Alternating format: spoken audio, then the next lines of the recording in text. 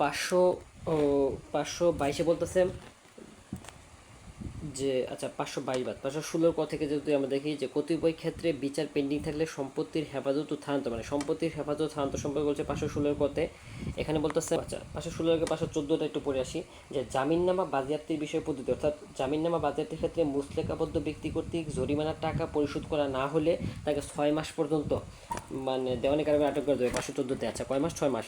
আর এই সম্পত্তি হস্তান্তর প্রসঙ্গে ডিসপোজাল অফ দ্য প্রপার্টি 516 থেকে 525 পর্যন্ত দেওয়া হয়েছে। আচ্ছা এখানে 516 কথা বলতেছে কতিপয় ক্ষেত্রে বিচার পেন্ডিং থাকাকালে সম্পত্তির হেফাজত ও স্থানান্তর যে কোনো সম্পত্তি সম্পর্কে কোনো অপরাধ করা হয়েছে এটা যদি আদালত মনে করে তাহলে যথাযথ হেফাজতের জন্য আদালত যেরূপ উপযুক্ত মনে করবেন সেরূপ আদেশ দিতে পারবেন, ঠিক আছে। এবং উক্ত সম্পত্তি যদি দ্রুত আর স্বাভাবিক ক্ষয়শীল মানে জাতীয় সম্পত্তি হয় তাহলে বিক্রয় বা অন্য কোনোভাবে হস্তান্তর করার জন্য আদেশ দিতে পারবেন 516 আচ্ছা কোনো সম্পত্তির দলিল সম্পর্কে 517 বলছে যে সম্পত্তি সম্পর্কে অপরাধ করেছে তার নিষ্পত্তির আদেশ, অর্থাৎ কোনো একটা সম্পত্তি সম্পর্কিত যদি কোনো একটা অপরাধ করা হয় তাহলে সেটা কীভাবে নিষ্পত্তি করা হবে। এখন অপরাধটা যদি হয় সম্পত্তির দলিল সম্পর্কিত সেক্ষেত্রে দলিলটা কি ধ্বংস করা হবে, বাজেয়াপ্ত করা হবে, নাকি কোনো ব্যক্তি দখল দেওয়া হবে সেটা আদালত ঠিক করবে। 1 নাম্বার 2 হচ্ছে গিয়া এখন যদি হাইকোর্ট বিভাগ বা সেশন জাজ এরূপ আদেশ প্রদান করে অর্থাৎ ধ্বংস বাজেয়াপ্ত বা দখলে দেওয়ার জন্য সেই ক্ষেত্রে কি করবে তারা নির্দেশনা প্রদান করবে সিএমএম কোর্টে অথবা ইয়াতে হলে জেলায় হলে কি জেলা ম্যাজিস্ট্রেটরে, ঠিক আছে, উক্ত আদেশ কার্যকর করার জন্য।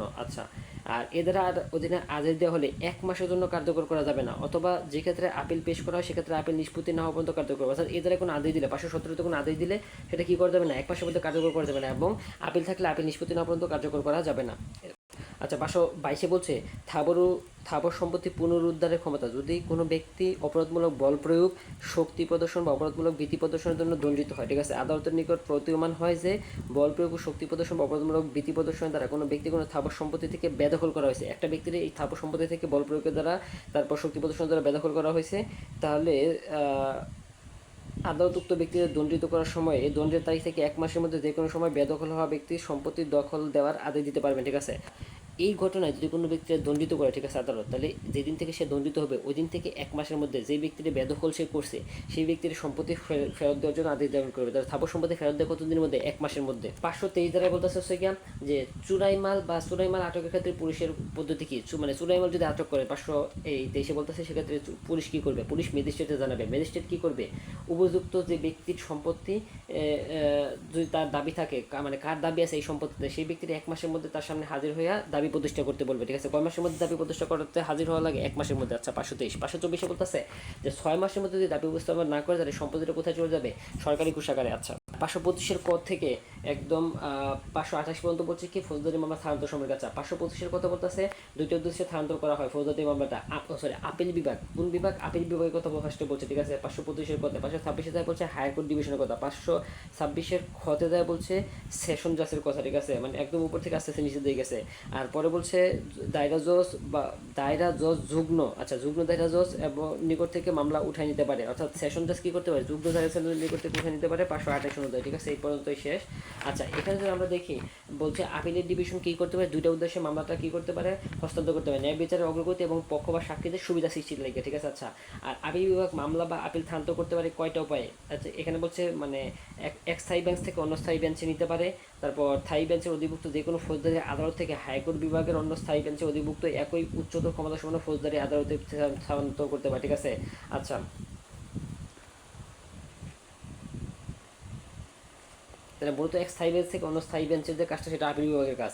হায়ার কোর্ট ডিভিশন যেটা করে এখানে সেটা হচ্ছে গিয়ে স্বয়ং হাইকোর্ট বা সেশন জাজের কাছে মামলাটা নির্দেশ দিতে পারে, অর্থাৎ একটা মামলা স্থানান্তরের যে নির্দেশ দানের ক্ষমতাটা সেটা শুধুমাত্র মানে একটা ডিভিশন নিচে দিতে পারে, অর্থাৎ ঠিক আছে, যেমন হায়ার কোর্ট আপিল বিভাগ কী করতে পারে তার নিচের যে মানে কোর্ট অর্থাৎ হায়ার কোর্ট ডিভিশন সেখানে নিতে পারে, হায়ার কোর্ট কী করতে পারে সেশন জাজের কাছে নিতে পারে।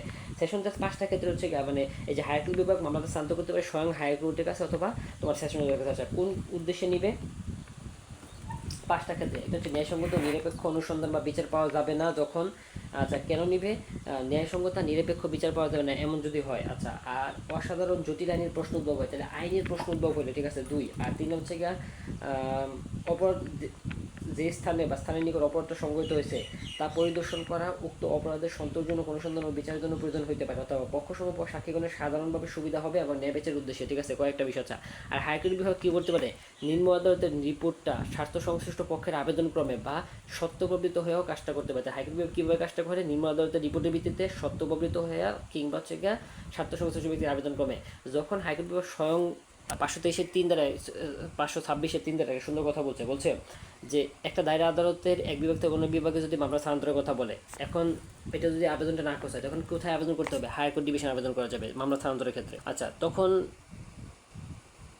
আবেদন যদি অ্যাটর্নি জেনারেল না করে তাহলে শপথ দ্বারা স্বাক্ষরিত হইতে হবে, মানে সমর্থিত হইতে হবে আবেদনটা।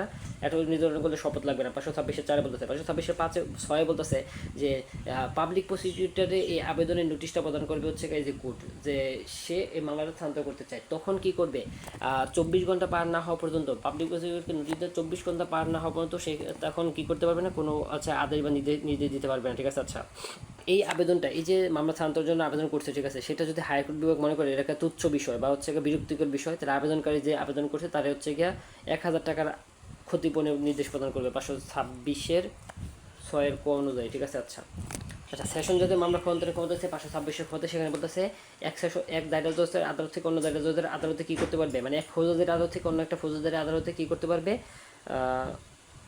দায়রা বিভাগের সেশন কোর্টেই আবার, ঠিক আছে, অন্য কোনো জায়গায় না, সেশন কোর্টেই কী করতে পারবে, এক ফৌজদারি আদালত থেকে অন্য ফৌজদারি আদালতে মামলাটা স্থানান্তর করে দিতে পারবে। ঠিক আছে, আর এটা সে নিজেও নিম্ন আদালতের রিপোর্টের ভিত্তিতে অধীনস্থ কোনো আদালতের রিপোর্টের ভিত্তিতে করতে পারে, অধীনস্থ আদালতে, ঠিক আছে, অথবা সে নিজে উদ্যোগেও করতে পারে। আর একটা হচ্ছে 528 প্রত্যাহার নিয়ে একটা কথা বলছে। এটা হচ্ছে একটা জিনিস প্রত্যাহার করে, একটা হচ্ছে দায়রা জজ যুগ্ম দায়রা জজের নিকট থেকে মামলাটা উঠে নিতে পারে বা প্রত্যাহার করে নিতে পারে। দুই গুণ একটা মামলা প্রত্যাহার করে নিতে, তাহলে সেই মানে যে দায়রা জজ প্রত্যাহার করে নিবে, ঠিক আছে, অর্থাৎ সাধারণত সেশনটা যদি নিত এডিশনাল ইয়াদের কাছে, যুগ্ম দায়রা জজের কাছে, এটা বলছে যে সেশনটা যখন যুগ্ম দায়রা জজের কাছে কোনো একটা মামলা প্রত্যাহার করে নিবে, সেক্ষেত্রে সেশন জাজ কী করতে পারবে, এই যে অ্যাপিলটা সে নিজে শুনতে পারবে, মামলা বিচার করতে পারবে, অ্যাপিলটা নিজে শুনতে পারবে। এটা হচ্ছে কি তোমার 528 আবার সিএমএম কোর্টের কথা বলছে। CMM chief metropolitan magistrate, chief judicial magistrate বা জেলা ম্যাজিস্ট্রেট, তার অধীনস্থ কোনো ম্যাজিস্ট্রেটের নিকট হতে কোনো মামলা যদি প্রত্যাহার করে নেয়, তাহলে সে নিজে অথবা যোগ্যতা সম্পন্ন অন্য কোনো ম্যাজিস্ট্রেটের নিকট কী করতে পারবে, তা অনুসন্ধান বা বিচারের জন্য প্রেরণ করতে পারবেন। এটা হচ্ছে 528। আবার আরেকটা বলতেছে, সরকার যদি হাইকোর্ট বিভাগের অনুমোদন নিয়ে চিফ মেট্রোপলিটন ম্যাজিস্ট্রেট বা চিফ জুডিশিয়াল ম্যাজিস্ট্রেটের ক্ষমতা দিতে পারে যে তিনি যেরূপ উপযুক্ত মনে করেন সেরূপ শ্রেণীর মামলা তাদের অধীনস্থ কোনো ম্যাজিস্ট্রেটের নিকট থেকে প্রত্যাহার করে নিতে পারবেন।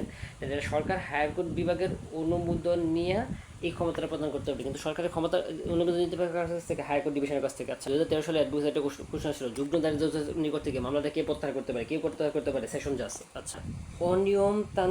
অনিয়মতান্ত্রিক কাজ, এটাকে বলছে ইরেগুলার প্রসিডিং সম্পর্কে 529 থেকে 538 পর্যন্ত। 529 একটা কথা বলছে যে মানে এই যে সমস্ত অনিয়মের কারণে কার্য দ্বারা বাতিল হয় না, অর্থাৎ যদি কোনো ম্যাজিস্ট্রেট আইনে ক্ষমতা সম্পন্ন না হওয়া সত্ত্বেও ভুলক্রমে সরল বিশ্বাসে নিম্নলিখিত কাজগুলো করে, সেক্ষেত্রে কার্যটা বাতিল হবে না। কয়টা ক্ষেত্রে বাতিল হবে না? 9টা ক্ষেত্রে। আর 530 বলছে কয়টা ক্ষেত্রে বাতিল হবে, এই 18টা ক্ষেত্রে। আর বিসি নির্ণয়ের সম্পর্কে বলছে 529 থেকে 564 একদম শেষ পর্যন্ত।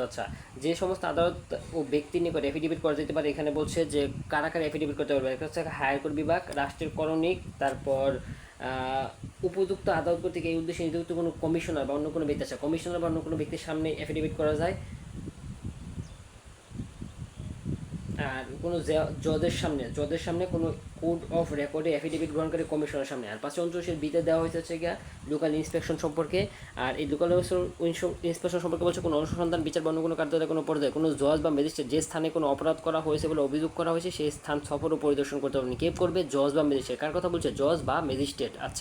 তাই দুইটা বিষয় একসাথে বলছে। আর গুরুত্বপূর্ণ সাক্ষী সমান দ্বারা আহ্বান উপস্থিত ব্যক্তির জবানবন্দি গ্রহণের ক্ষমতা বলছে 540। এখানে বলতেছে যে সাক্ষীকে সমন দিয়ে আহ্বান করতে পারে অথবা রিকল করতে পারে। যে সাক্ষীর রিকল এটা আছে এই যে এই 540, আবার 231 আছে সাক্ষীর রিকল, ঠিক আছে। চার্জের ক্ষেত্রে সাক্ষী রিকল করে 231। সাক্ষীর যদি সমন না দেয় তারপরেও কি কোনো একটা উপস্থিত ব্যক্তির আদালত জবানবন্দি গ্রহণ করতে পারে, এটাও বলছে 540। হ্যাঁ, পারে। মামলা শুনানির যে কোনো পর্যায়ে সাক্ষীর তলব করতে পারে। কত দলে বলছে? 540। এটা আসছিল 2017 সালে অ্যাডভোকেসি। কারাবাসে স্থান নিম্ন ক্ষমতা কাকে দেওয়া হয়েছে? এটা 541 দেওয়া আছে, সরকারের নির্ধারণ করে দিচ্ছে, ঠিক আছে। কারণ সরকারের 2022 সালে আসছিল এটা। ফরিয়াদি এবং সাক্ষীদের খরচটা কীভাবে দেবে হচ্ছে, এটা সরকারের কাছ থেকে নেওয়া যাবে। 544 অনুযায়ী ফরিয়াদি বা সাক্ষীদের খরচটা কার কাছে নেওয়া যাবে? সরকারের কাছে। ফরিয়াদি বা সাক্ষীরে সরকারি তহবিল থেকে মানে যদি কোর্টে হাজির হয় তাহলে সরকারি তহবিল থেকে খরচ দেওয়ার নির্দেশ প্রদান করতে পারবে কোর্ট। আচ্ছা, 545 বছর জরিমানা টাকা থেকে খরচ বা ক্ষতিপূরণ প্রদানের ব্যাপারে আদালতে কীরকম ক্ষমতা থাকবে? আচ্ছা, এখানে কয়েকটা বিষয় বলে, একটা হচ্ছে ক্ষতিপূরণ পায় কে? পার্টিসরা, ঠিক আছে, অর্থাৎ যে কোনো ক্ষতিপূরণ দিলে সেটা পাবে পার্টিস, আর যদি ফাইন দেয় তাহলে সেটা পাবে রাষ্ট্র, একই, আর জরিমানা দিলেও পাবে রাষ্ট্র, কিন্তু ক্ষতিপূরণটা পায় কি? পার্টিসরা। আচ্ছা আচ্ছা 552 বলতে আছে অপহরণকারী নারী প্রত্যাবর্তন বাধ্য করার ক্ষমতা যদি কোনো বেআইনি উদ্দেশ্যে কোনো স্ত্রী লোককে বা 16 বছরের নিচে কোনো বালিকাকে অপহরণ করে বা আটক রাখে, সেক্ষেত্রে মেট্রোপলিটন ম্যাজিস্ট্রেট, প্রথম শ্রেণীর ম্যাজিস্ট্রেট এবং জেলা ম্যাজিস্ট্রেট, 3 ধরনের ম্যাজিস্ট্রেট, মেট্রোপলিটন, প্রথম শ্রেণীর জেলা ম্যাজিস্ট্রেট কী করতে হবে? 552 অনুযায়ী তাকে হচ্ছে গিয়া মুক্তি দেওয়ার ক্ষমতা রাখে। আর একইভাবে হচ্ছে গিয়া মুক্তি দেওয়ার পর তারা তার স্বামী, মাতা, পিতা বা অভিভাবক বা আইনসঙ্গত হেফাজতে ফিরিয়ে দেওয়ার জন্য প্রয়োজনীয় ব্যবস্থা নেবেন। তাহলে যে স্বামী, মাতা, পিতা বা অভিভাবকের আইনসঙ্গত হেফাজতে দেয় কিন্তু, ঠিক আছে। আচ্ছা আচ্ছা যে সমস্ত মামলায় বিচার বা জজ বা ম্যাজিস্ট্রেট করতে পারেন, এই সময় কথা হচ্ছে 556 এখানে বলতেছে যে মামলায় জজ বা ম্যাজিস্ট্রেট ব্যক্তিগত স্বার্থ থাকলে বা যে মামলায় তিনি নিজে একজন পক্ষ, সেই মামলায় তিনি ঊর্ধ্বতন আপিল আদালতের অনুমতি না নিয়ে করতে পারবে না। কি করতে পারবে না? তার ঊর্ধ্বতন যে আপিল আদালত সেটার অনুমতি না নিয়ে করতে পারবে না, ঠিক আছে। আচ্ছা আচ্ছা ম্যাজিস্ট্রেট তার নিজে যে রায়টা দিছে বা আদেশ দিছে সে সম্পর্কে সে আবার আপিল শ্রবণ করতে পারবে না। কোনো একটা কোর্টে যদি কেউ আইন ব্যবসা করে অর্থাৎ উকিল, তাহলে সে ম্যাজিস্ট্রেট হিসাবে মানে আসন গ্রহণ করতে পারে না 557 অনুযায়ী। আর আদালতের ভাষা নির্ণয় করবে সরকার, এটা বলছে 558-তে। আচ্ছা 561 বলতে স্বামী কর্তৃক ধর্ষণ অপরাধের সম্পর্কে বিশেষ বিধান, এখানে বলতে আছে সিএম এবং সিজেটেম এইটার বিচার করতে পারবে। আর পুলিশ ইন্সপেক্টরের নিচে মানে পুলিশ কেউ হচ্ছে এটা বিচার এই তদন্ত করতে পারবে না। আর 561 এতে বলতেছে হচ্ছে কি হাইকোর্ট বিভাগের অন্তর্নিহিত ক্ষমতা সম্পর্কে বলা হয়েছে, মানে সেভিংস বলা হয়েছে।